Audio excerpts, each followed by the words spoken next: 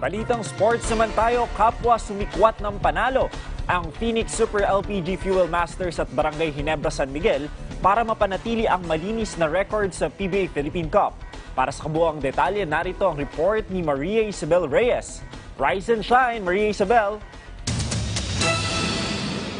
Nanatili sa ibabaw ng team standings ang Phoenix Super LPG Fuel Masters nang makuha ang ikalawa nitong panalo sa PBA Philippine Cup matapos talunin ng winless Northport Batang Pier 110-105 Huwebes ng gabi sa Angeles University Foundation Arena and Cultural Center. Pinangunahan ni Phoenix forward Jason Perkins ang opensa ng Super LPG matapos mag-record ng career-high 31 points sa likod ng 4 of 7 3-point field goal shooting na dinagdagan pa ng 12 rebounds.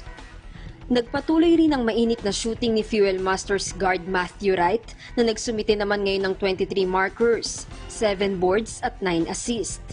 Idagdag pa ang 17 points ni center Justin Chua na mayroong ding 3 3-point conversions. It's just a blessing for us to really given an opportunity to grow.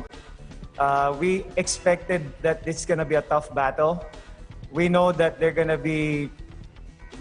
look at Matthew, and Matthew knows that this is the best opportunity for him to build trust. You know, trust means that he's always gonna look for his open teammates and trusting that his open teammates will score. And I guess that's the beauty of this team right now. Nakaabante rin sa taas ng team standings ang Barangay Ginebra San Miguel kasalo ang Fuel Masters at TNT Tropang Giga. Matapos masungkit ang ikalawang panalo 103-99 kontra Blackwater Elite. Sa kakulangan ng produksyon mula kina bigmen Jody Vance at Japet Aguilar na mayroon lamang 14 combined points, nag-step up para sa Ginebra si center Prince Caperal na tumikada ng 24 points at 6 rebounds sa 4 of 7 3-point field goal shooting. Nakuha ng Elite ang kalamangan sa pagsisimula ng fourth quarter matapos magbuhos ng 39 points sa third quarter.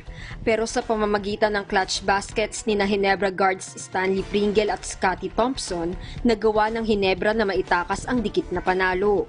We knew it was going to be tough. We know every game is going to be tough here because we're not at our best, but we're still playing extremely hard. We're still getting up and down the floor. We're still defending the best we can. But we still think that we have room to grow and get better. And, you know, our team is all about habits. And, you know, we just don't have the habits after a layoff of 6 months. Maghaharap ang Terra Firma Jeep at Rainer Shine Elasto Painters ngayong alas 4 ng hapon para sa unang salpukan.